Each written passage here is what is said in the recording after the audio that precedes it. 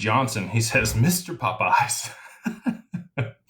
Number one, Beavis. I only had to go pee-pee, so I don't need any more TV. Oh, geez. Beavis and Butthead. My son really hasn't watched Beavis and Butthead. I've been able to, keep him sheltered from that. We watch The Simpsons every once in a while, and that's probably the most progressive cartoon that we watch. South Park, another great one. But I don't think he's even aware of that either. On to question number 2. He says, please flex on and how us and show us your Popeye. So, I don't know if, that's good enough for you or not. My arms are not what they used to be. They used to be 20 inches a piece. They're down to about 18 now. Laying off some of the juice, and I don't work out anywhere near as much as I would like to anymore. I'm lucky if I get 2 or 3 days a week now, and I still maintain I'm like 225, 227, 12, 13% body fat. So nothing crazy. I fast a lot. I don't talk about that on here, but I fast most of the day. And then I eat, 1 or 2 meals, and I normally consume somewhere between 2,000 and 3,000 calories a day. I'm also sedentary compared to what I used to be. I used to be walking around a lot and expending a lot more calories. The more muscle tissue you have, the more calories you expend just sitting still. So, if you're not weight training, you might consider it, even if you're a lady. You will live longer. You'll have higher bone density. You won't get osteoporosis. There's a lot of good things that come from putting pressure on your muscle tissue. Not so much your joints, right? You don't want to degrade those. So you want to work with somebody that, knows how to train. Machines are great. I use a lot more machines than I used to when I was younger. But we'll get back to the crypto. Again, appreciate the super chat and the support. He says, it's Logan Ryan. He says, hey, Jake, big fan from New Zealand. Awesome, dude. Good to see you. When the Clarity Act gets passed, do you believe it will be a flick of the switch moment, or will it be slow for price? Depends on the asset that you're discussing. I think that XRP will, again, appreciate prior to the Clarity Act passing. I think that it's, again, uniquely positioned to be able to take large market share prior to that even coming to fruition. We're right here on the precipice of it. And then when it comes to, the rest of these assets, I do think that those would be more of a slow grow. I do think it'll be aggressive in comparison to some of the other things that you've seen. HBAR, XLM, Hash, XDC, Quant, many of these other networks that are going to be used at scale post Clarity Act. Avalanche is another fantastic one. We can custody Avalanche. We can custody, we can do HBAR at DWP now. It's cumbersome, right? So if you are working with Digital Wealth Partners, if you want to reach out to your advisor, we can't do anything else with it yet. You can deposit it, and then you're going to pay AUM fees on it. So might want to hold off on that until we have a product or solution to be able to generate returns to cover the fees on it. Shooting myself in the foot on that, but some people just want their assets in Anchorage and institutional custody to make sure it's secure and insured and their family's going to have access to it.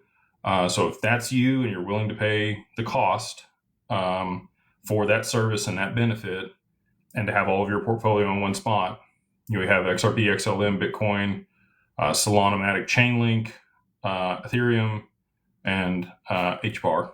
It's, again, a manual process to create that wallet over there, but we do have it if you guys want to, move that into institutional custody and, again, pay the AUM fees until we have something that's functionally available to generate returns on it.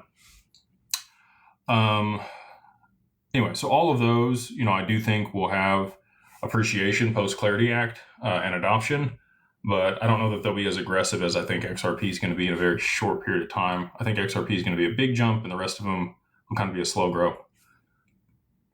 DFW Mike, my man, he says, good evening, legend. Thanks for everything that you do. Enough said. Thank you, man. Thank you for the super chat, the 589 super chat. 589 is an interesting number. I was on a podcast here just recently where they asked me, kind of the meaning that I follow 589 people over there on Twitter. So does Brad Garlinghouse, and I think Ripple follows 985. Just for, tinfoil hat esoteric people, I'm into the woo-woo a little bit. If you multiply 5 times 8 times 9, you get 360, which is a full circle. 360 degrees. If you add it up, you get 22, which is the beginning and the end in the tarot. The world and the fool, right? So the end of the journey is the world. The beginning of the journey is the fool. And I like to play the fool, right? I'm always learning. I come in ignorant to things. I want to understand more. And the more I know, the more I understand that I don't know anything. I'm in my mid 30s. And a lot of the stuff I come on and talk about here for financial education and the business stuff, I didn't learn any of that in college. I think they're going to have to completely revamp our education system with the advent of AI. They've really kind of curated that to where people become workers in factories. That was what Henry Ford wanted and Rockefeller back in the day when they changed the educational system and kind of removed the financial education that used to be in it. I would love to see that brought back, and I would love to see, real world application. In school, they teach you like it's not okay to fail. You're going to fail at pretty much everything that you do the first time that you try it or the first couple times you do it. And that's the only way you learn a lot of the time, unless you listen to people that are smarter than you, that have been there, done that, been through the potholes and the problems, and you kind of, take a step up and kind of stand on their shoulders. That's what I try to do. I try to find people that are significantly more intelligent than me, that have wisdom, that have decades of experience and stuff. And we partner with those individuals and we share our expertise in crypto, and then they share their expertise in whatever domain they're proficient with. So again, it kind of goes to the mastermind, right? We have a mastermind of about 18,000 people that are in that community that all have different walks of life. They're different ages. They have wisdom and domain expertise in different areas. We come together and do, in real life events more so than any other community in crypto. And a lot of them have aligned interest in their investments in digital assets, more utility based things. But we do have some people that hold, larger amounts of Bitcoin, ETH, Solana, all these other assets in there as well. So if you want to get in there and you want to be participating with other cool people prior to price appreciation and get around people that you can learn from and ask questions with that will help you with things, the culture in that community, again, like you have aspirations when you start stuff, and just at scale, it's hard to maintain that type of culture. I've been blown away by the caliber of individual that we've attracted with that group at the price point. Many of the masterminds that I've participated in over the years, $2, $3, $5, $25, $30,000 per year just to, get into the room to have the conversations with the people that are there. And it's really kind of a barrier to entry to keep people that may not be qualified out. We don't do that. We want to be able to help 1 million people become financially free with that community and everything that we're building at Digital Ascension Group. And so, it's $25 a month for social. We've got $100 a month for Carbon One.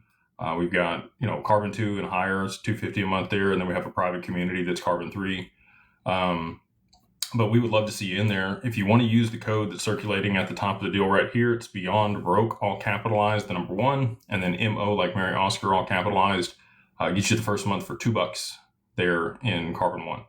So go check it out. It's month to month, no contract, but for 18,000 people to stick around, I think that should tell you something about the value that people are getting from it. We got Green Nest, excuse me. They say, are DWP AUM advisor fees a tax write-off for the holding company? Yes, they are. They sure are.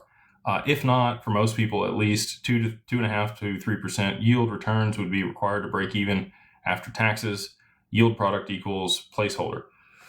Yeah, you're not wrong. And that's why we've been pushing so hard on that product. We want a monthly distribution on some type of yield that's, there's nothing that's a risk-free or riskless, and there are no guarantees. But the way that we're structuring this with the counterparty we're working on, pretty much like as close as you could possibly get to that. I'm looking at, somewhere between 3 and 4% with current interest rates from the Fed. If those come down, then that yield will come down. But that's where, we should be able to pay people out that much on an annual basis. That'll be amortized monthly, so looking at maybe 30 basis points a month on the return. And that's more than enough to cover the 16 or 17 basis points we charge per month if you're less than 5 million. Post price appreciation, I think a lot of people's AUM fees are going to come way, way down as a percentage. Over 5 million, we drop it to half a percent, so 50 basis points. and over 10 million with us, we drop it to 40 basis points, or 40% of 1% per year is all we charge. And again, that's mainly to cover our costs. We have overhead, we have compliance, we have all the red tape and all the stuff that we have to deal with, along with our partners, Anchorage. They take their fee out of our fee. It's not an additional fee. And we try to align our interest, right?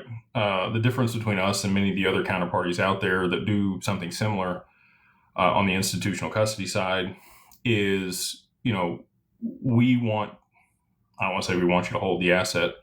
We believe that the long-term value of the asset will be greater than what it is today, and it would be in your interest to retain that asset versus selling it.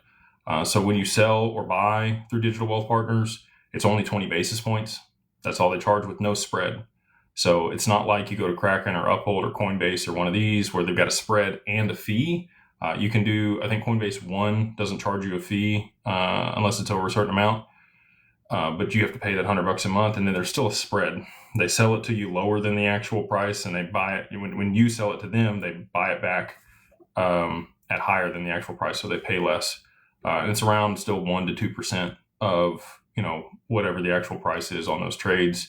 If you are using exchange to do that versus us, we are either 5 or 10 times cheaper on the trading component.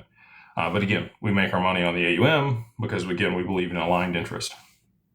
Great questions on the tax deal. If you guys didn't catch the tax webinar we did with Dylan the other day from Wilk CPA up there, or actually up here in the Northeast, I would highly encourage you to go check that out. I don't know if it's posted on the channel or not, but he gives you deep insights on how to be able to mitigate taxes, write things off.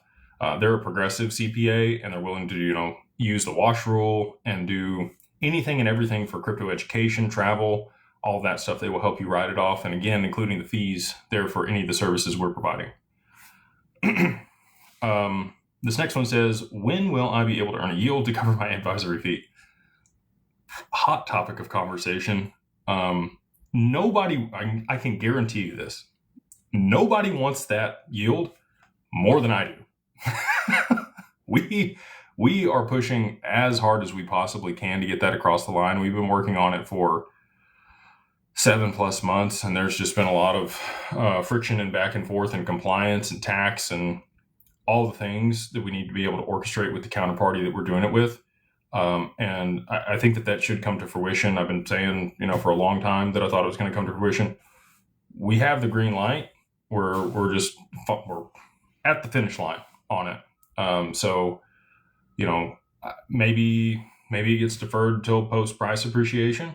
But I'm confident that we'll have it kind of in a weeks, not months type scenario for you guys. So if you are interested in working with Digital Wealth Partners and you do want to be proactive, we can take individuals. We always recommend that people set up a holding company there in Wyoming. We'll help you structure that. We do it for the cheapest. Well, I don't want to say the cheapest. There's probably some people that'll do it cheaper out there, but I don't know that they're going to do it the right way. We've done over 7,000 of these things, and we're very proficient with it. Versus somebody else that might have done a few. There's some nuance there, and we talked about that in the tax webinar a little bit about setting up a single member LLC that's a disregarded entity and why we structure it that way. And you're contributing the assets at your cost basis to the LLC when you move them in there. All of that again we went over, but we recommend doing that, setting up a living trust or an irrevocable trust depending on how much you have and how much you think the price is going to appreciate, what your long-term goals are. The financial advisor and the estate planners over there at financial advisors at DWP. The estate planners are at digitalfamilyoffice.io, our Digital Ascension Group, which is our parent company. You can go talk to one of them and they will, help you through whatever's going to be best for you before you move it into institutional custody. But what I was going to say was, if you want to be proactive, if you're already in a position where you have over 50,000 XRP and you want the institutional custody, but you might be waiting on the yield product, you could go ahead and start that onboarding process, pay the fee and get in over there, and then wait to fund your account until we have that product to cover the fees. So don't tell my team I said that. But you could push that out a little bit. We have some people that are already doing that, just waiting to fund until we have the yield product, and that's understandable, right? They're holding it on their cold wallet, and they're like, well, I'll just wait until I know I can cover these costs before I move it in here because I don't want this extra coming out. But I think we're close enough on that if you wanted to go ahead and be proactive and set that up and get onboarded, you could be very first, be close to first in line to be able to access the yield product when it is live versus waiting to onboard. And then I think we're going to have a pretty significant inflow of people when we do announce that product in the near future that is live and capable. And every time we do something new and we've got something we bring to market, we have a large influx of people. We have a lot more staff in place now to be able to handle all that. We've been doing a good job scaling up, but there could be a little bit of latency there. So if you want to be proactive, I like to be proactive. I would go ahead and go set up an account there if you're interested in it. Mr. Johnson again says, Jake, Mr. Rectom has already said he was leveraged in the red going long on XRP, but had assets to cover it. I bet he levered himself betting on reverse carry trade and domino theory. He attacked you as he was wrong in his big financial hot water. I don't know the whole situation going on over there. I really haven't been paying a whole lot of attention to it. We just deal with our attorneys on that situation. I hope that's not the case. Again, I don't wish bad or ill on anybody else. Not sure what we really did to, deserve what happened. But we're working through that. And again, my attorneys are, working on that deal. So I'm sure there'll be more news in the near future and we'll be able to share that here with you guys. We got Redeemed Adventures. Very cool. They say, hey, Jake, steering clear of absolute predictions. Do you think it's highly probable that HBAR and XLM could reach $150 to $300 by next summer of 2027? We need the Clarity Act passed. And both of those networks are more curated toward peer-to-peer and merchant services. And also dApps, DeFi applications on the internet for HBAR in particular.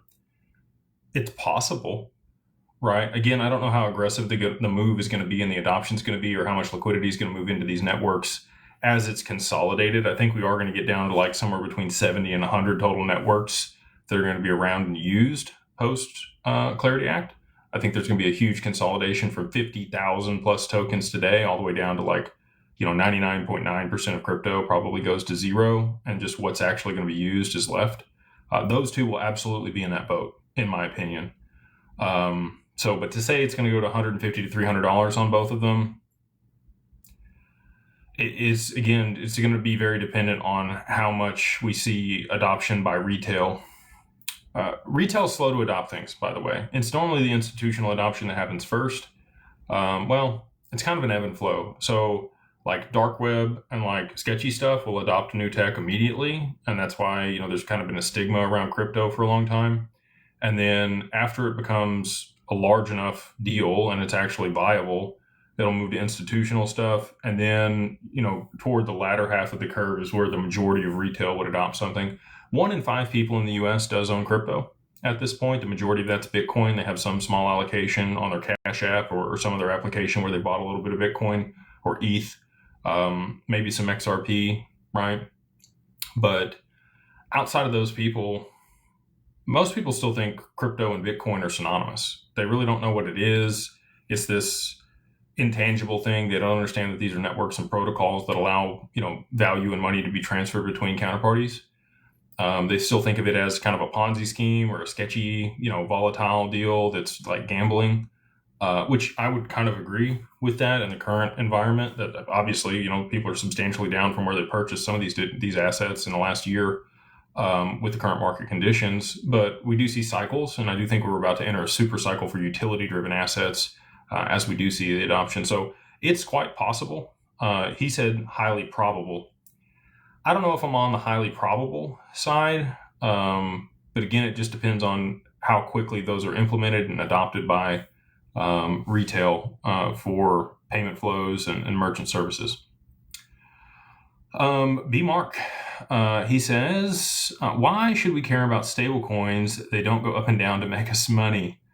So the reason for stablecoins and the reason that it's such a big deal is it adds liquidity to the ecosystem because there is stability. Like I just talked about, David Schwartz said the main opposition that banks and enterprises have for not holding digital assets or these cryptocurrencies is the volatility. They need something stable that they can count on, that they know is auditable and tracked and backed. And that's what stablecoins provide. They're a digital representation of value. It allows banks and institutions to drive demand for treasuries. That's the other big piece of this that I think a lot of people miss. The rest of the world is going to sell off their U.S. debt. They do not want to hold it anymore. It's not going to be beneficial to them. The European Union is the largest holder at this point for U.S. debt. They have about $2 trillion in U.S. treasuries. Japan is also starting to delever. You've already seen Russia and China pretty much sell off the majority of what they hold in U.S. treasuries, and they're buying their own. So, in order for the world to kind of progress to a multipolar system, you're going to have domestic demand for the treasuries. We've done that with war bonds and other things that were patriotic in the past for retail, right? But at this point, with the Stablecoin Act, you have real institutional demand domestically here for treasuries and U.S. debt. And that's good for our economy to be able to stabilize that, because that is really the bedrock and the backbone of the financial system as it sits today. I think that'll move to XRP over the long term. But as we sit today, you need something to allow for the transition to take place. And stablecoins absolutely do that the way that that's regulated here in the U.S. through the Genius Act. Kevin, he says, Super Saiyan Jake, dude, I normally don't get into this, but I will for a second here. I was a super nerd for Dragon Ball Z back in the day. We actually, just got my toys. Well, not my toys, but my action figures, because that's way cooler than just toys for Dragon Ball Z. I have a ton of those. And I also have pretty much every saga on VHS that I collected when I was younger. So love the compliment. I appreciate that. He says, after tomorrow's XRP price appreciation, wink, when Trump gives you a seat at the table, will you accept it? Department of Claver. For those also holding HBAR and XDC, do you just hang out, hold? And lastly, what are your favorite cuts of meat to grill? It's good questions. So I'll kind of tackle them one at a time. I would love to see price appreciation tomorrow. Again, if you wanted to get into the tinfoil hat, the woo-woo, tomorrow is Chinese Christmas on that calendar. There's been some references by the riddles and stuff to that over time. I don't know if that means anything or not, but we will find out tomorrow. As far as the seat at the table goes, that is the whole goal of everything that I'm doing. Many people that have watched in the past have probably heard me say this, but I'll reiterate it for people that might be new here. I'm not money motivated. Money is a byproduct of providing value and creating things in society. The whole reason that I'm doing this, it kind of goes back to my dad. So my dad passed away a little over 4 years ago, and before he died, and I really felt the same thing as him, and I still do. I'm not really happy with the way the world works. I don't think it's fair. I don't know that it'll ever be fair, but you can make it more economical and more reasonable and provide more opportunity for people. And the way that we live in this debt-based system, it robs you through inflation and you don't even realize it. So anyway, he was like, you need to get off Facebook and you need to call your congressman. And I told him, I said, look, unless you have clout and network and power and money and resources, it doesn't matter. Like you didn't lobby for your congressman. He's not going to listen to you. He doesn't care. You're one constituent in his region. There's, millions of people that they represent. Same thing for Facebook. Like your one account really doesn't matter to them. They have 3 billion users on their platform. The only way you're going to be able to affect real change is to have that level of influence and have a seat at the table. And that is what I want. I want to be able to advocate for the average person and create solutions and work through and think critically how this is actually going to, ripple through the economy and affect people, and create solutions that provide people more opportunity and not less. And that's really, at the heart of what we do at Digital Ascension Group. The larger we become, if we become a significant institution, then, we will have some say-so. We'll have some pull. We'll be able to advocate for the people that are our clients and other people in the space, and the XRP community and other people that, want to work with us and help us. So anyway, that's where I'm headed. That's what I want to do. That's the whole point of any of this. It's a 10, 15, 20 year plan to get into that position, but I'm in my 30s and I feel like we're on our way. So next question he had, Department of Claver. I don't know if that'll ever be a politician. I don't know. That would be a rough go for me. I would much rather just sit on the board of progressive companies and help direct those initiatives, especially with AI and the everything that's changing here. Like, there's going to need to be a human element of that. I actually saw a post earlier today on the AI front.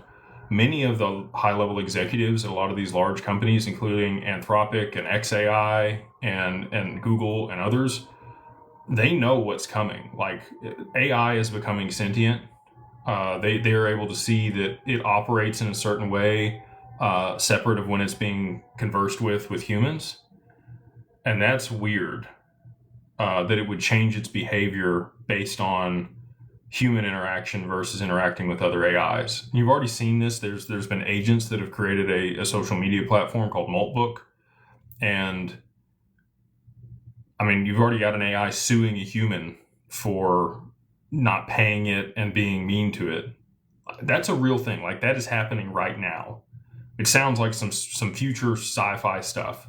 The case law on that deal is going to be wild to see how that actually plays out. If AI and these agents and humanoid robots and stuff have rights, I mean, like, it literally gets into the sci-fi movies that we've all seen. So you need people at the table that are going to advocate for people and make sure that certain parameters and guidelines and rails are put in place for this stuff operating.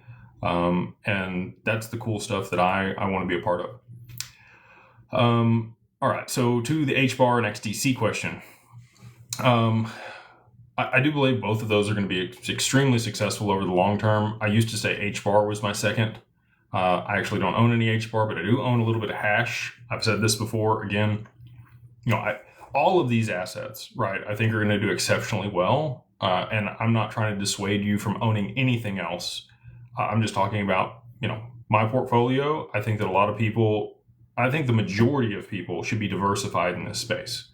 If you talk to our financial advisors, they'll be like, yeah, Jake's crazy. The way that he's structured his stuff is not right. It's not financially sound, that he should be diversified across multiple asset classes, all those things, right? So again, I'm probably taking much more risk than I should be taking with my allocations the way I have things structured. I would advocate that most other people do not do what I do. Okay. So my wife over here has mentioned hash is the token for provenance. You can find it on Figure Markets. Again, not advocating that you go buy this at all. I discovered it because I created a video that talked about the different asset classes that are being tokenized, and insurance was on there. And sure enough, the only network that has traction and is tokenizing insurance is Provenance. They have about $500 million worth of insurance tokenized on that network. And so when I looked into it and found that they had issued a token, hash, HASH is their token. You can only find it on Figure Markets or Osmosis. Those are the only two marketplaces or exchanges where you can buy it. It reminds me of, the reason I kind of brought this up is XDC. When I originally bought XDC, it was 0.03 of a penny. Hash is like about a penny, a little more than a penny. It depends on the day. I'm actually down from where I bought it. I bought it at a little over 2 cents. But it's a long-term hold. I threw a couple grand at it. It's a flyer for me. We'll see. But if they do get the adoption, and I had Mike Cagney on my podcast. He runs Figure. They're already tokenizing private equity, real estate, a bunch of stuff on that chain. They have a native DeFi KYC AML component to it.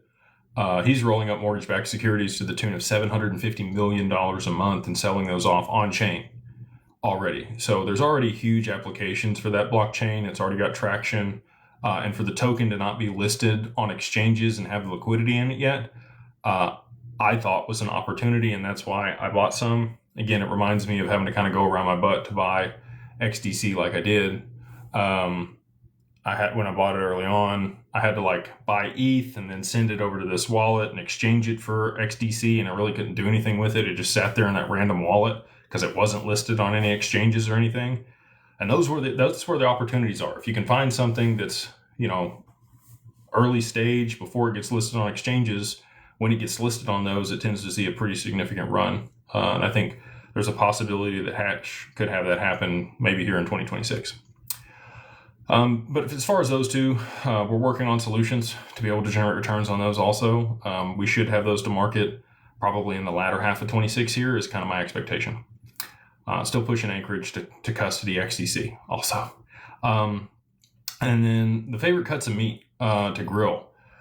I'm not a big grill person. My wife was asking me the other day, like, I should probably pick up some other hobbies because I work so much.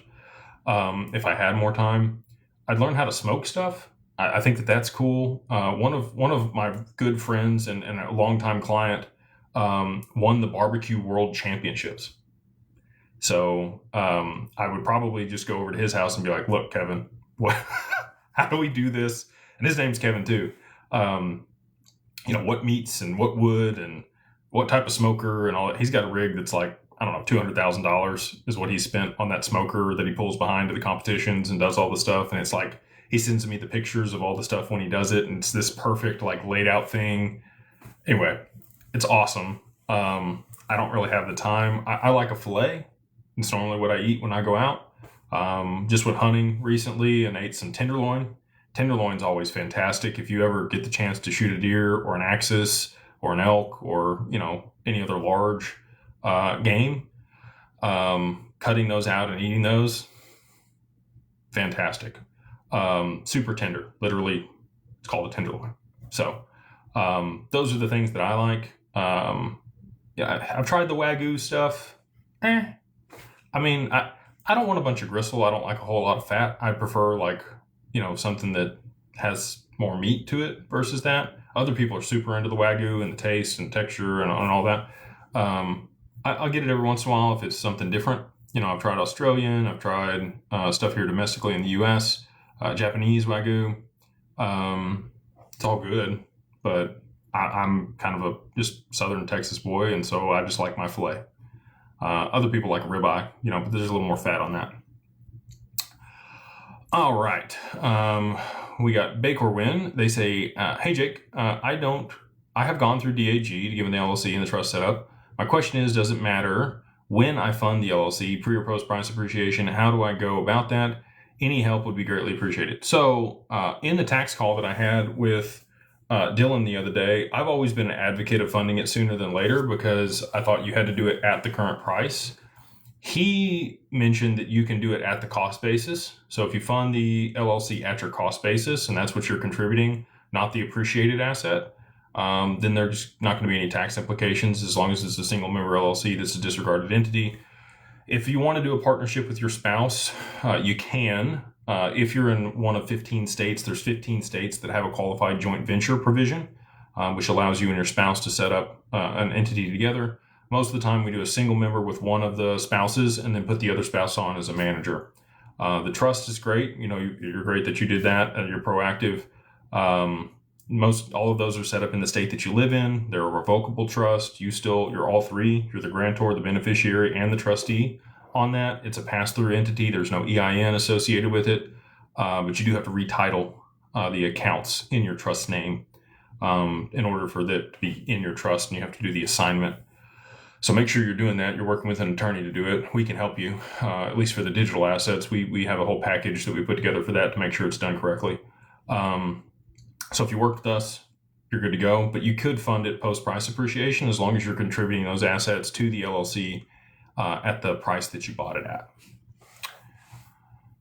And that's the capital contributions page that you would want to go get notarized. And you could use electronic signature as long as there's a timestamp of when the transaction took place. Greenest, again, we already ran through this one. Sometimes it kicks me up here in the chat. Been through that one, been through that one, been through that one. I don't know why it does that. Scrolling on down. Here we go. Mr. Shook, my man. Good to see you. He says, Carbon 3 member. Glad to have you, dude. Calling dibs on the 4-man scramble team with Joe Slattery, Living Legacy, and you and myself. If you know, in the very near future. I'm game. I'm game for that. If that's who you want on our side, uh, we can run it down. I actually just bought me some new golf clubs. I've had the same golf clubs for like 15 years, a little bit longer than that. I really haven't played much over the past 15 years. I would go play on Father's Day with my dad every once in a while when he was still alive. I played a lot of golf when I was in high school. I think I probably missed 30 days out of 4 years that I didn't play around. And I don't want to say I got burnt out, but kind of got burnt out. Like, that's a lot of golf. That's more than a lifetime of golf for most people. And it got to the point where it felt like a job for me. And so I didn't enjoy it as much, and I kind of stepped away. But I still get a wild hair. Like, I'll step outside on a spring morning and I'm like, ooh, it's crisp. I remember I have nostalgia for like walking on the first tee and then teeing it up. So my New Year's resolution this year was to play at least 24 rounds of golf. So far I've played one. And it's February. So I'm definitely going to have to pick that up. I want to get back to a 5 handicap. I have gone and hit balls a couple times for 30 minutes or an hour just to kind of work on my swing and get back into it. But when we go play, we definitely want a Beyond Broke Mastermind tournament or a DAG tournament. We're going to the Masters this year. We're going to have some high-level clients and partners there for Digital Ascension Group. We're going to be there all 4 days. So that'll be fun in April. I've never been to the Masters. It's on my bucket list. And so to be able to write that off, man, I'm excited about it. And I think the people that go are going to be really excited about it too. Jacob's Fight 04 says, hey Jake, mastermind member here. Awesome dude. Glad to have you in the community. I don't have enough XRP to invest and secure with you. Is there a company you trust to store my XRP? So appreciate you. I've learned so much and I can't wait to work together. Absolutely, man. I'm looking forward to that day. I don't know that it's going to be that far in the future once we see price appreciation where we're going to be able to democratize access to a lot more people, to the institutional custody that we provide. On the front of kind of storing it today, we advocate for Decent. They're a cold wallet. That's probably what I would say as a cold storage solution. They haven't really had any issues. There was an Apple situation the other day, but as long as you have two-factor authentication on there and your thumbprint and your code, I don't think that they had many breaches with that. Decent does have a sale going on right now. If you want to, message us on a social media platform, I'm sure my wife can provide you the code or the link to that special. I think they're doing 2 wallets for like $209 or something for their special. We've had a lot of people ask about gifting. I was at the dinner on Tuesday night. We had people come in for that there in Dallas, and one of the ladies there was asking about gifting XRP for weddings or to their kids or to their cousins. You can gift up to $19,000 a year per person to other people without filing a 709 tax form. You do want a transaction between wherever you bought it and the wallet that it's going to go to that you're going to be giving to the other person. So, having multiple cold wallets is a great way to be able to hand that to somebody else. And then it is a gift. It's out of your taxable estate. There's no tax implications for you or them, and they have an allocation to it. I actually did that in 2020. One of my good friends that I still talk to I should talk to Chad more. I miss him. I gave him and his wife, I think it was like 1,200 XRP for their wedding. So it wasn't that much at the time. I think it was like 20 cents at the time. So what I would have normally spent on a wedding gift, I just bought XRP, and I was like, hey dude, like, not telling you to buy any, but I want you to have this because I think it's going to be extremely valuable one day, and you're going to be able to take care of your family and have some retirement and other stuff. Just leave it alone. Don't sell it. He went on to buy more after that. But all that being said, I think that's a great way. So if you do need, a couple different cold wallets to be able to complete a gift or do that with people, Decent would be the way that I would recommend doing that. There are a lot of other good cold wallets out there. There's Tangem, there's Elipal, there's Arculus, Trezor. The list goes on it. We just, are an affiliate. Again, full disclosure for Decent, we make like $5 if you use our link. But I want people to have a good solution like you're asking for here. The other, company, you said a company you trust to store your assets. I think a cold wallet's probably the best solution, but if you did want to leave it on an exchange, I think Uphold is probably the way to go there. I have an account there that I do use infrequently. They also have their Vault product where they will issue you, kind of a cold wallet that allows you to transfer it back to Uphold to be able to exchange and do stuff with it. It is $5 a month for their Vault product, but they hold the third key and can regenerate those keys in that wallet if you have a death or an issue. The downside to holding it on some of the other platforms out there is if, God forbid, something happens to you, you don't have other people on the account. They will liquidate your account and pass your descendants or your beneficiaries the cash to your estate. It's difficult to get them to give they'll to transfer the assets. You could get the cash and then buy back if you wanted to, but that's one of the main benefits we provide people is, continuity between generational transfer. We're all going to die, unfortunately. It's not a fun reality, but you want to make sure that you've thought through that and that your loved ones are going to be taken care of. So, that's a big benefit to working with us at Digital Wealth Partners in Anchorage. All right. We've got, thank you guys for the bigger super chats tonight. I appreciate, the support, and throwing those my way. It really means a lot. Again, I like to come on here and I like to do this. I did before, when I first started this, there was no super chats. I just read off all the questions that we had. But back then we didn't have, 10,000 people across all the different platforms watching. Facebook, Facebook, Google, on YouTube, on X, and then over here on TikTok as well. Oh, you can tell I'm tired. I've traveled today. Caboodles? Wild name. Appreciate you. They say Mastermind Carbon 1. Awesome. Glad to have you in the community. Appreciate you and the tea lady. Love from Australia. Very cool. Can we have multiple entities under one account with DWP? 2 family trusts, self-managed super fund, all in. He says balls deep. Yes, you absolutely can. So you'd have separate wallets for each one of those accounts, but you'd be able to view all of those in one aggregate view under your account that we would set up for you. It's an FBO account. It's in your name, segregated, bankruptcy remote, insured up to $100 million. And you can absolutely, because we have people that have a trust, we have people that have an LLC, we have people that have a qualified account like you're talking about, whether that's an IRA or something else like a self-managed super fund. And you can absolutely have multiple accounts or multiple sub-accounts to your account there at Anchorage with Digital Wealth Partners. So that's all in one place and institutional custody and insured to make sure you're mitigating risk and have continuity between you and your kiddos or whoever you're taking care of. We got RSG Maverick. They say, is there a scenario where the XRPL increases in market share of tokenization and potentially SWIFT transactions, and the XRP token itself does not appreciate in price? ChatGPT and Grok say most likely yes. So XRP and its value proposition is to facilitate transactions. You could absolutely issue stuff on the chain that wasn't traded, but there's not a whole lot of utility to that, right? Like the whole benefit of tokenization is for those assets to be easily exchangeable and swapped between, like I was talking about, tokenized deposits to a money market, to your stocks, to your private equity, to your real estate.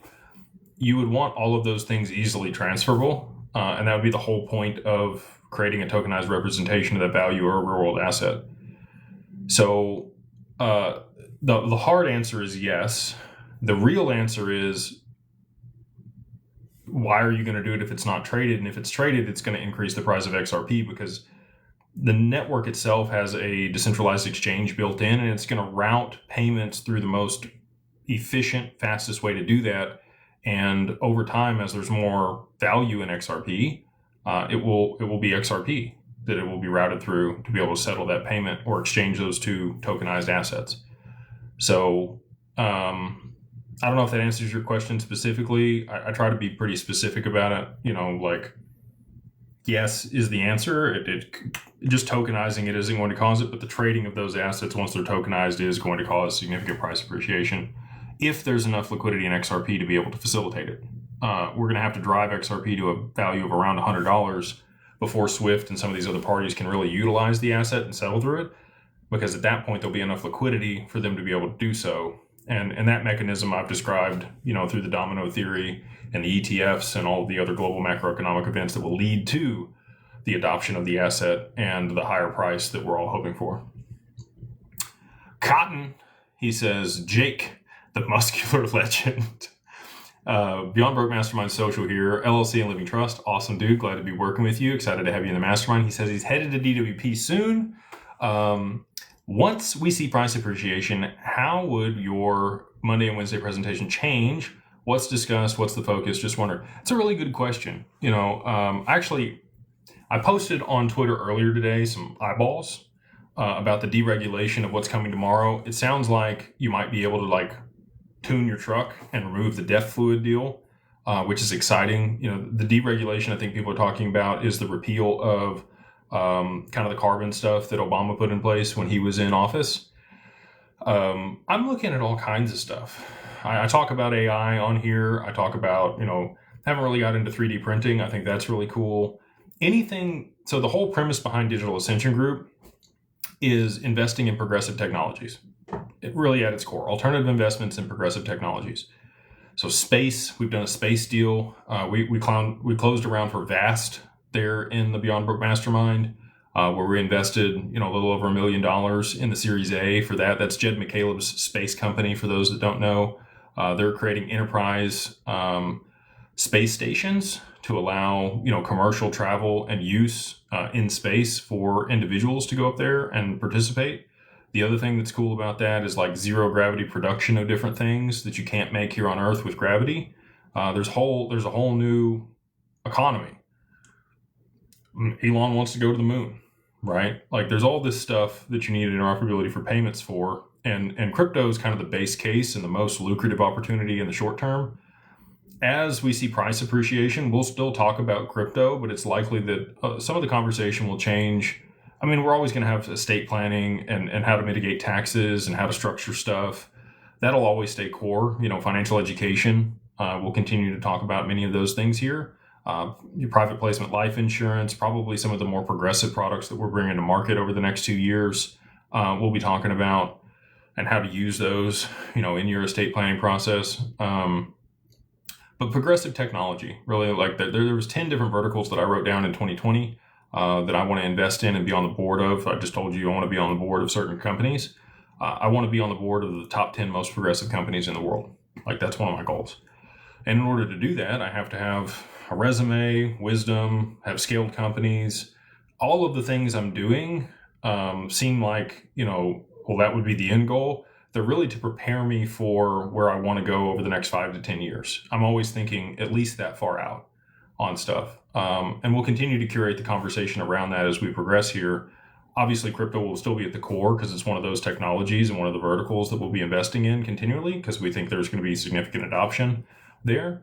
But there'll be other, types of investments. And again, global macroeconomics and what's happening on the world stage and how that's going to work and how you might be able to position yourself or how I'm positioning myself to be able to take advantage of that. I'll be sharing all of that with you guys here, and we're not going anywhere. Monday and Wednesday lives. Again, I really like this, and you guys always ask great questions. So as long as people keep showing up, I will keep showing up. All right. Again, it kicked me up in the chat here. Roscoe, my man, he says, mastermind member here. This might sound stupid. No questions are stupid. The only stupid question is the one you don't ask. He says, but can you please explain to me like I'm a 3-year-old, how does XRP price appreciate before the Clarity Act if oil doesn't spike? You really just need a supply shock so oil itself and that cascade of events won't necessarily cause XRP to appreciate. I think that it's going to be timed to be able to appreciate so that it can help in that crisis moment. The avenue to that is through the volume on the ETFs. We had a low day today. We had about 12 million in inflows today. So about 10 million XRP, a little less than 10 million XRP taken off the market. We've had days with almost 100 million in inflows. The supply shock that'll happen where the OTC desk and the dark pools go dry and all of that volume has to move to the exchanges. And if people are clamoring for XRP all at one time in a crisis moment, that level of demand is what will cause the price to rise. So you said to explain it to you like you're 3. I don't know that I could explain it to a 3-year-old because they're not going to have taken economics. So I'm going to talk to you like you are at least through the 8th grade. Okay. And I'll make it very simple. We'll give you an analogy. You've probably seen gas become more expensive very quickly. This was actually brought up on the podcast the other day. That's something that people have lived real time. But if I was going to go younger than that, let's say Pokemon cards. Pokemon cards are all the rage. So we'll use that as an example because oil is probably, or gas is probably isn't a good example for somebody that's in 8th grade. But Pokemon cards would be. So how many Charizards are there out there? Like old school, like the Charizard that I had when I grew up. 1,000, 2,000, 10,000, right? There's a limited supply of that. There's a lot of demand. There's a lot of people that want that card. They hold it in the highest regard as far as all Pokemon goes. Okay, and so that's why that's kind of the most cherished or highest valued Pokemon card. If you can get a Beckett 10 graded Charizard, it's pristine. It's the creme de la creme, right? How many of those are there? There's not that many Beckett 10 Charizards. Okay, there's one other grading company. I don't remember. It's I don't remember what it is. Anyway, there's a couple of different grading companies that do cards, and they don't ever put out very many 10s. It has to be like right out of the package. If you can find those, there might be, call it 200, 300 of those in the world. And again, a lot of people want it. If a lot of people didn't want it and want to hold it or have it and keep it, it wouldn't be worth anything, right? It's kind of like the tulip bubble. When people thought tulips were really cool, you saw the price of those go up exponentially, and then they crash back down when people they're like, well, what's the benefit of a tulip? So things happen in that way, right? So the more demand there is, the more people want something, and the less supply there is, the higher the price of that thing goes because people are willing to pay more in order to get it for status or whatever other reason. Same thing for XRP. If there's not a whole lot of supply left, there's only, call it 20 million, 50 million, 100 million left on exchanges, and everybody needs it all at the same time, they're going to be willing to pay a significantly higher price for it, and they're going to bid the price up. And if there's no bids in the chart and people keep pushing the price up before people are willing to sell, because people like us, we don't want to sell for anything less than $100 or $1,000. That's kind of in the narrative that's been curated. You're going to see those prices eventually. And is that a bubble? Well, it would be if there wasn't going to be utility of the asset and volume over the network to hold price stability at that high level. So again, that may have been, it's definitely over a 3-year-old's head, but hopefully that provides you a little more context onto why we're going to see the price appreciation and the move. And that could happen independent of oil. I just think it's going to be timed with all of those other things happening in the macro to be able to drive the demand needed to push it to that price. KT baby, what's going on? Truest of hearts. They say, I hope you are well. The yen has been rapidly climbing near $5 in the last 5 days. The yield is around 1.98. Can this rapid yen appreciation be the catalyst in the absence of oil? It's got to move. There's got to be enough inflation in their economy to force them to raise rates. That's the only way. That's the only tool left they have to be able to save their own economy. Japan has had a ton of inflation through M2 money supply increasing and the quantitative easing that they put in place during COVID and then over the last 5 years. And they've just issued another funding bill, right? We're $38 trillion in debt, but we're the global reserve currency and our GDP is much higher than Japan. They're at like 166, 170% in debt of their GDP. It's not sustainable. The interest payments alone can't be covered by the taxes that they're claiming from people. So they're going to have to increase the value of their money.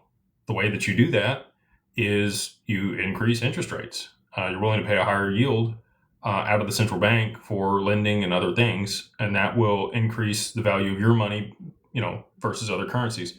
We're seeing the yen being purchased by Warren Buffett and Berkshire Hathaway. We're seeing it purchased by the Fed And that's how they're able to kind of hold it down and hold things stable until they're ready to unwind this thing. And when they unwind it, yeah, neither one of them wants to be the cause. They're going to need a scapegoat, and that's why I continue to point to oil. We're seeing things escalate there in the Middle East. We just had president or dictator, I don't know what it is, of Tehran, come over here and talk to Trump, and I don't think they struck a deal. Trump is threatening to send another large vessel there into the waters over there in the Gulf. They're going to view that as, we're going to war. And it's likely that we will see a shutdown of the Strait of Hormuz because there's going to be conflict going on. It's at sea. They've already shut down airspace and done other things. You have Russian officials moving everybody out of there because they anticipate it. If there is conflict between Israel or the U.S. and Iran, you are going to see oil spike. There's no way around it. Even if they don't shut down the strait, if there's conflict going on there, you're going to see shipments cease because there's just too much danger to move through the strait. You might get hit with something else. So all of that being said, I'm, again, very, very confident that we're going to see that play out. The only other way that could happen is if there was some other catalyst that caused rapid inflation there in their economy, something else that caused energy costs to go up substantially in a short period of time. I don't know what that would be other than oil. The Spartan, he says, do you think that the event of market crash can be AI? I have been a developer of AI for 11 years, and AGI is highly unlikely. Depth side, what people say and believe. I work in robotics now, and a cat can learn more than an AI robot. I agree with you. So what was being discussed in the post that I saw earlier was they believe that the iteration and how fast the synthetic data is being run through the AI and its learning, the rate that it is now, they're looking at the singularity in the next 12 to 18 months. I am not a data scientist. I am not an AI programmer. I'm just, listening to people that I hold in a high regard when it comes to that industry. And it sounds like, you have the inside track there. So maybe it's not as imminent as some of these people are making it out to be. I tend to err on the side of caution. And so for me, I think it will happen at some point. AGI is a big, big deal. Again, AI becoming sentient, like Terminator type stuff, kind of scary. I don't know that the market will crash because of AI. I think AI actually stabilizes markets, and you won't see anywhere near as much volatility on the other side of the adoption of AI trading and algorithms. People are emotional, and they tend to overreact in both directions in markets, and they're always forward-looking. So if people are overly optimistic or they're looking to get out of cash and they're moving to risk on, we've seen a meteoric rise in the stock market over the past 5 years. And that's also been correlated with M2 money supply and how much money is sloshing around the economy. People are looking to put it to work, right? And so you see a higher price of assets. You see inflation. The market crash I think is going to be correlated to liquidity being sucked out of markets, right? M2 money supply coming down because people are looking to sell dollars for yen to be able to repay those loans, and they've got to take those dollars out of circulation. So there's less liquidity to go around and therefore less price in markets. Could AI cause that? I mean, the AI companies seem significantly overvalued. NVIDIA and some of the other ones. NVIDIA is an infrastructure play, and we're going to need a lot more infrastructure. I bet you would probably agree with that. So I don't know that NVIDIA is technically overvalued. I think that their PE ratio is somewhere around 18, which is actually less than the rest of the market that's at 24, 25 on a PE ratio. Not saying there's still more upside there. I'm just saying, it's less risky than the rest of the market. Now, these AI companies that are utilizing AI that really haven't found traction or, LLMs, and they're dumping billions of dollars into it, like ChatGPT, OpenAI, Anthropic, I think, is being used. Palantir, I think, is being used. But when it comes to some of these, consumer-facing products, I don't think that they've seen the real adoption that they need for enterprise value and revenue. So those plays could cause a market crash, but I think that it'll just correlate with the reverse carry trade unwinding, because that's the most imminent threat in my mind to the markets as they exist today, because again, the things I just went through with liquidity being sucked out of markets. Shane, he says, legend. And the Tea Lady, Mastermind Carbon 1 in Anchorage. Awesome, dude. Glad to be working with you. Favorite tea? What's your vision? I like chamomile. I like chamomile tea. What's your vision for what the Mastermind transitions into after price appreciation? God bless Max and the mods. So we started that community to be an investment community. And we've been very successful in putting together private equity deals through that community, getting people access, democratizing access to certain things, using regulated vehicles to be able to do that. We would like to see that continue to be fostered there in the community. We want a safe space for people to be able to come talk to other people that are in a similar situation, and be able to hang out and not have outside pressures or malicious people, coming after them for certain situations. The security on the Mastermind is already significantly higher than what it used to be, and it will continue to become more secure over time. And at some point, we'll probably lock things down. We've opened it back up a little bit for people. We want to help 1 million people become financially free. That's the whole premise behind it, and we'll continue to provide value there until we reach that goal. I think we'll probably get there through multiple generations at this point. Like, we've been able to touch enough people's lives and help them that, over time, over the next 3 generations, we could probably reach 1 million people. I'd like to do that in my lifetime. So, anybody that wants financial education, business resources, access to private deals, a good community of people that you can meet in real life and hang out with and do things before price appreciation so that you have friends and you're not looked at like you have a third eye when you talk about this stuff. It's a great place for that, and everybody helps and advocates for one another. So again, you go to beyondbroke.com and use the code beyondbroke, all capitalized, the number 1, and then MO like Mary Oscar, gets you the first month for $2 there in the Mastermind. And here's the liners is posted, the code here for people over here on YouTube.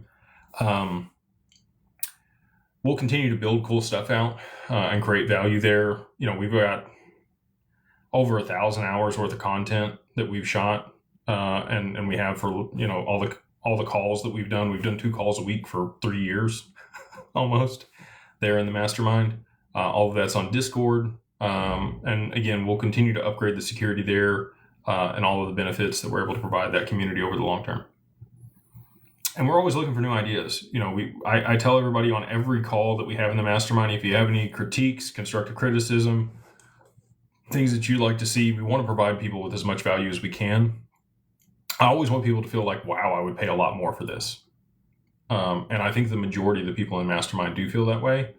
And that's the feeling I want to have. I always want people to feel like, I don't want to say they're getting one over on me, but like, we are undercharging for the services and products that we're providing. Young, how are you? They say years pass in flute. 10 minimum, any minimum, 2026, 4 by end of year, 2 digits by Trump's end of term. What do you see? They don't.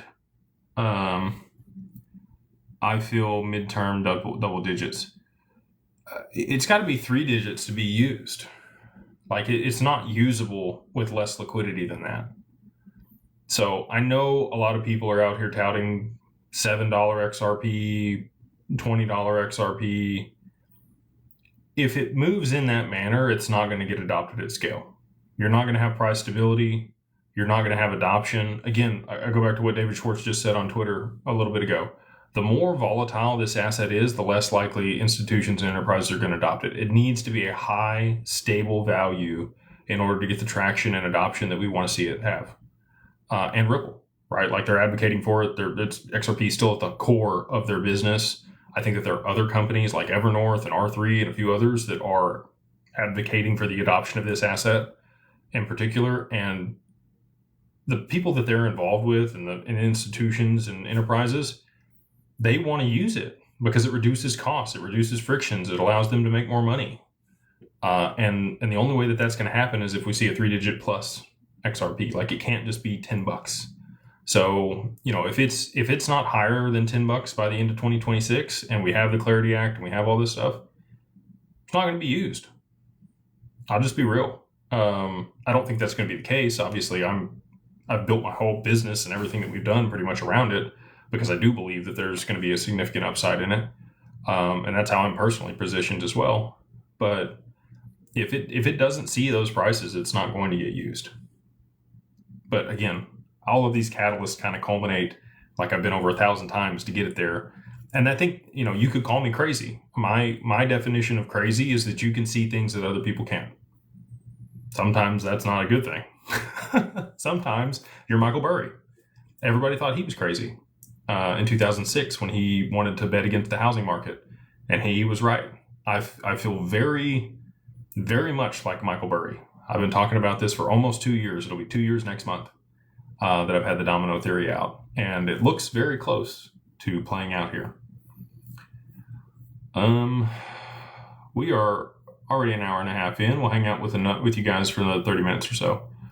Jeff, Mr. Dunn, he says, this may have been stated, but I haven't heard your answer. Why exactly do you believe XRP will appreciate before passage of the Clarity Act? What reason specifically do you think causes that without an oil spike? Many thanks. Well, I just went over a lot of those things. So the ETFs and high level of demand, BlackRock launching an ETF, the exchanges going illiquid and Tether depegging, all of those things will cause significant demand for XRP to be used and drive the price up. The other reason is, there's some tinfoil hat stuff around that, price before law type stuff. All that's kind of icing on the cake for me. I think that XRP is, again, uniquely positioned and has a moat to be used right now. It has clarity in the US. It's listed on Binomial as a commodity. You're already seeing significant traction because of all the acquisitions that Ripple has made for the adoption of what they're doing at an enterprise scale. And you just had Monica Long today state that, XRP would have institutional adoption at scale here in 2026. And the Clarity Act, I don't know if it's going to get passed anytime soon. We've had the markup go through with the Democrats in opposition to that. You've got the midterms coming up. If the votes go the other way and the Democrats get it and they can take control of the House or the Senate, you're not going to see the Clarity Act pass as it's written right now. If they strip the DeFi component out of it, maybe they can get behind that, because I think that's the majority of their opposition to it. But I'm highly confident that XRP is really the only solution if something were to happen prior to that happening. And I do think all of this unwinds at scale before the Clarity Act happens. And the lawsuit sucked while it was going on. It suppressed the price of XRP. It didn't appreciate and didn't move with the rest of the market. And we didn't see the adoption or even the speculation on the asset like we could have. But because of the lawsuit, we have full clarity for XRP before anything else here in the US. And that's why I think it has a strategic advantage and will be positioned to see significant price appreciation before the Clarity Act. US Marine Corps, Mr. Luke, he says, Big Jake, what's up, my dude? Monday, you said you recently spoke with Red Garlinghouse and didn't want to talk about it. Later in the live, you said that you were bullish on $100 in 2026, and Ripple is very bullish too. Have the shamans spoken? I'm very blessed and humbled to be in the presence and have conversations with people I hold in high regard across a lot of different entities and institutions. They never tell me price. I will say stuff and I get a visceral reaction from people when I say it. But they never say anything about price. They will talk about, a move in price. They will talk about adoption. They'll talk about how liquid the asset needs to be. They'll talk about premium collateral. They'll talk about a bunch of other stuff, but they never say a price point. That is me inferring things and understanding the mathematics behind it and where liquidity has to be in order for the asset to work at scale. And then, like I said, they just came out on a community day and said all these things. For those things to be true, you have to have a high price XRP. It's can't be mutually exclusive. You can't see the adoption of this network and have liquidity in the asset in order to be able to transact at scale for markets and all these other applications if it's not $100 plus. Math doesn't make sense. Like, you can do the math on it. You can do the market cap math, and people have a hard time with that, right? You don't value the email protocol with market cap. It doesn't move money, but imagine if it did, right? And that's what these are. These are protocols that move money. They're not companies. So I think that's a lot of people's misconception. I just wrote a white paper that we'll be releasing on the liquidity index, is the term that I've coined that I think is a much better metric for some of these networks versus market cap. Put together a whole white paper and explanation and equation for that we'll be dropping for you guys after we make the video about it. But yeah, I'm super bullish after some of the conversations that I've had here recently on XRP for 2026. We got XRP Rippled Dippler. I don't know. I got my tinfoil hat on tonight, Big Jake. That is all. Again, like I said earlier, there's all these other calendars and all this other stuff. Tomorrow is Christmas on the Chinese calendar. I don't see an attack on Iran. Like, we have to have these macro events play out. These have to happen for price appreciation on XRP to the level that a lot of people are hoping for. Until you see those macro events play out, it's just going to keep trending with Bitcoin. So until I see oil spike and Japan raise interest rates and come out with an emergency meeting, and we see them sell off treasuries and, Tether depegs and BlackRock launches their ETF and all these other things that need to happen that are on my bingo card still, I don't believe it. You can try to look at dates and riddles and all that other stuff. I would love for that to happen. I would love for tomorrow to be the day. But the reality of the situation is we need real life events to occur for all that to play out and for those to be a real thing. So we'll see. We got what 7 days here till the end of the Chinese calendar. I think the 16th or 17th is the New Year's for China. It could go and pass. I mean, there's been lots of dates that people put out that have nothing's come to fruition. We do have permission to DEXs going live on the XRPL on 2/18. And if that is really the last piece for the adoption of payments on the mainnet to be able to execute and go through XRP, it's going to need to be a high price for them to start using it in that capacity. So is it timed for that? I don't know, man. I'm watching these macroeconomic events like a hawk, and until those happen, I'm not getting my hopes up. Moving on up. They say Carbon One, Wyoming LLC Living Trust. I have put my LLC into the Living Trust. Awesome. Did the assignment. We provide that for you. If you have set up an LLC earlier and you want the Living Trust to be able to get the probate protection alongside that, you can use the code Webinar Trust at checkout, and you get both the Living Trust and the assignment for like $800 if you use that code. It's going to be cheaper than any other attorney is going to do it for you. I can promise you that. We have really good partners. This is a limited trust. Okay. They have some specific provisions in there. It's kind of templated.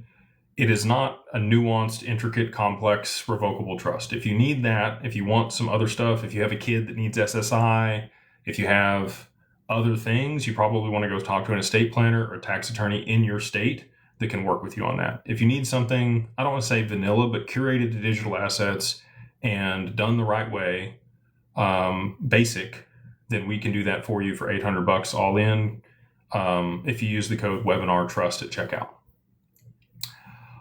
He says, how do I list value since it's always changing?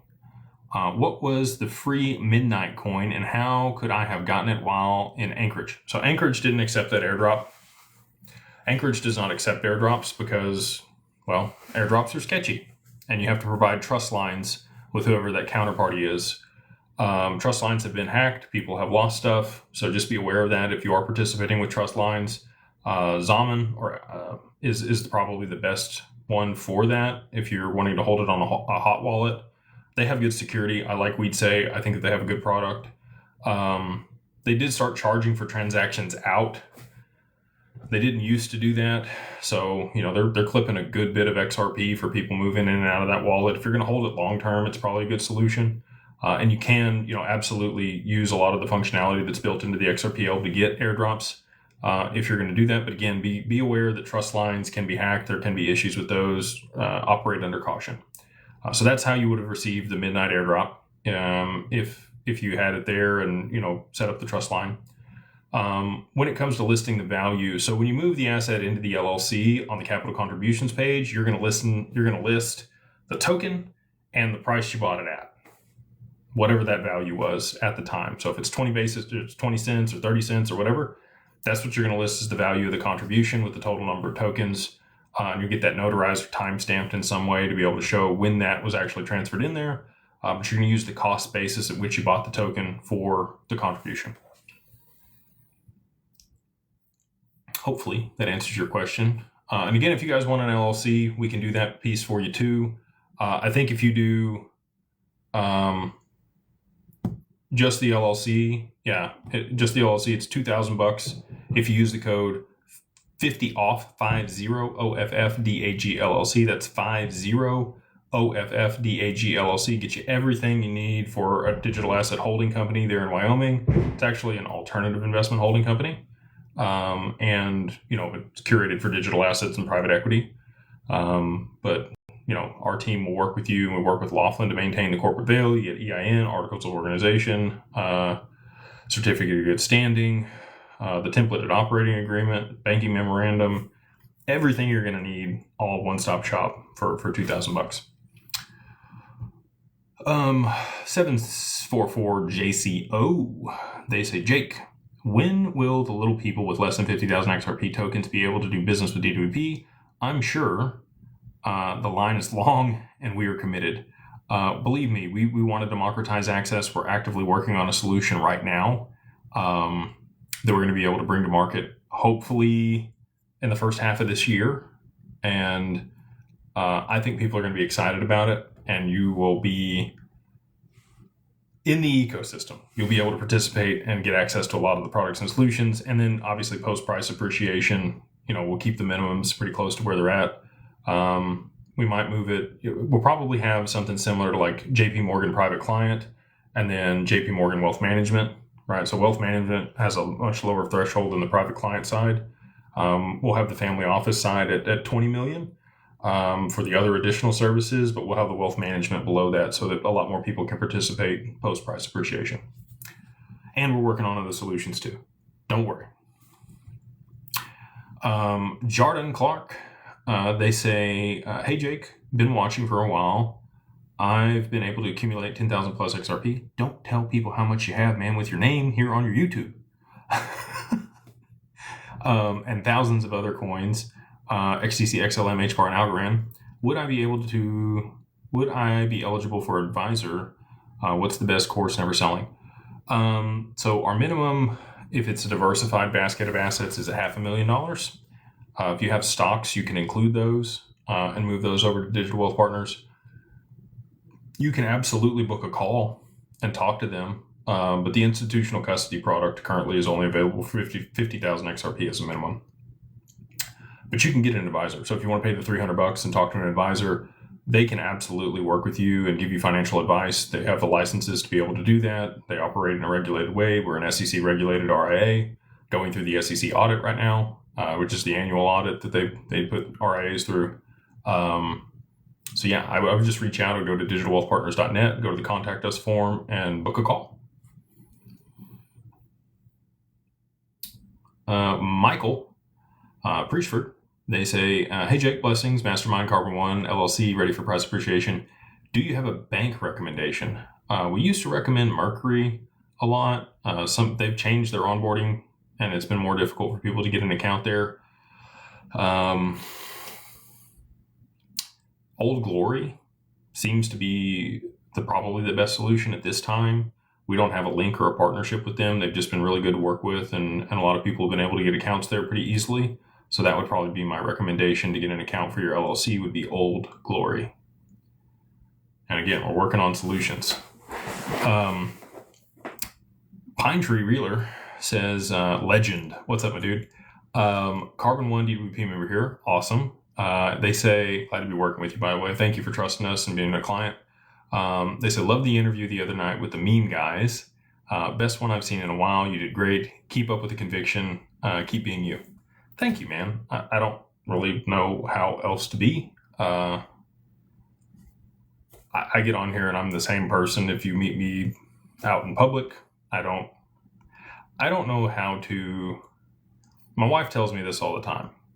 She's like, I can tell exactly what you're thinking by your facial expressions. I don't have a good poker face. I don't know how to be any other way. So thank you for the kind words and the support and willingness to work with us. I like going on these other podcasts. There's a lot of other good people in the space that put out good content. People were nice enough to come on my podcast or my channel and allow me on theirs early on. And it really helped, get our presence out there. And so I want to make sure that I'm doing that for other people too, kind of giving them a leg up. It's fun. And I want to give back to other people because, again, it's kind of a pay it forward type thing for me. We got Clem. They say legend meester. Brad mentioned that he thought that 100x might be aggressive price prediction over the next few years, which was kind of a letdown. I'm going with you for 4 to 5 digit prediction based on the maths. Thank you. I don't know. I wasn't part of that conversation when he answered it that way. Ripple has to be conservative in how they talk about price. Like I just mentioned, many of the conversations I've had with a lot of counterparties, none of them mention price. Because they operate in a regulated industry, I'm a little weird. So I own Digital Wealth Partners and Digital Ascension Group. I'm the principal and the majority shareholder. I'm not an advisor. I'm not, regulated. I can't give you financial advice. I come on here and tell you guys that every single time. You should make your own decisions. Talk with a financial advisor. They're going to tell you to do something different than what I'm doing. And again, my opinions are my opinions. They're not the opinions of the firm, Digital Ascension Group, or Digital Wealth Partners. But I'm able to come on here and just be myself, hang out with you guys, answer questions, be candid, not have to have canned answers. I don't like that. Like a lot of these people at financial institutions that are highly regulated